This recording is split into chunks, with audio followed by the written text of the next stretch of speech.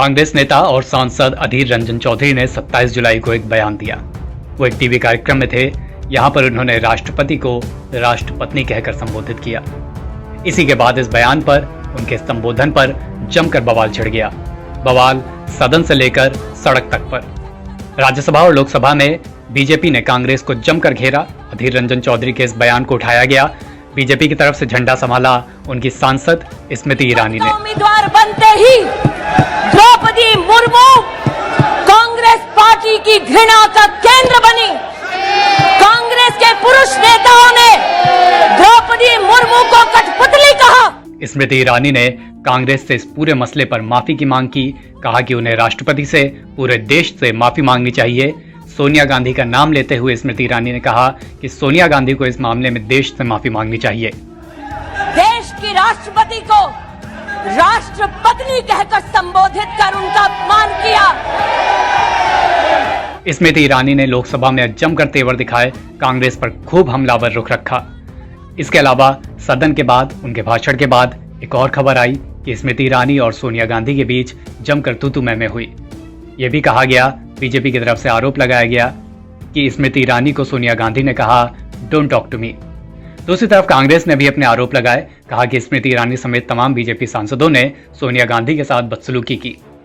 खैर, इन सब बातों के बीच जो सबसे ज्यादा चर्चा में रही बात, वो थे स्मृति ईरानी के तेवर। स्मृति ईरानी यूं भी अपने तेज तर्रार भाषणों के लिए जानी जाती हैं, लेकिन 28 जुलाई को सदन में उनके अलग तेवर देखने को मिले। कांग्रेस पर वो जमकर हमलावर थी। एक एक नेता का नाम लेकर उन्होंने हल्ला बोला।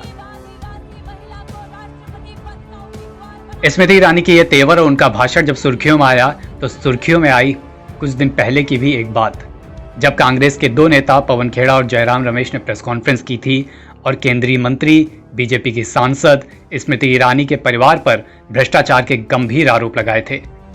कांग्रेस नेता पवन खेड़ा ने कहा था कि मामला गोवा में स्मृति ईरानी की बेटी की तरफ से चलाए जा रहे एक रेस्टोरेंट के बार से संबंधित है।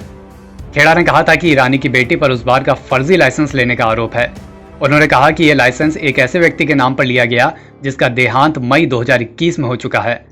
उन्होंने कहा कि लाइसेंस जून 2022 में एक ऐसे व्यक्ति के नाम पर है जिसकी मौत 13 महीने पहले हो चुकी।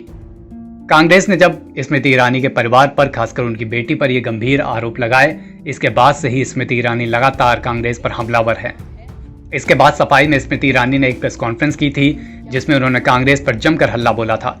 कहा था कि कांग्रेस के दो अधेड़ उम्र के पुरुष प्रेस कॉन्फ्रेंस करके उनकी 18 साल की बेटी पर इस तरह के अनर्गल और बेबुनियाद आरोप लगाते हैं। स्मृति ईरानी ने कहा था कि उनकी 18 साल की बेटी पढ़ाई लिखाई करती है, ना कि कोई रेस्टोरेंट या बार चलाती है। इसके बाद स्मृति ईरानी ने कांग्रेस के दोनों नेताओं पर मानहानि का दावा तक करने की धमकी दे रखी है। उन्होंने कहा है कि दोनों इस मामले में माफी मांगे, वरना उन पर लीगल एक्शन लिया जाएगा।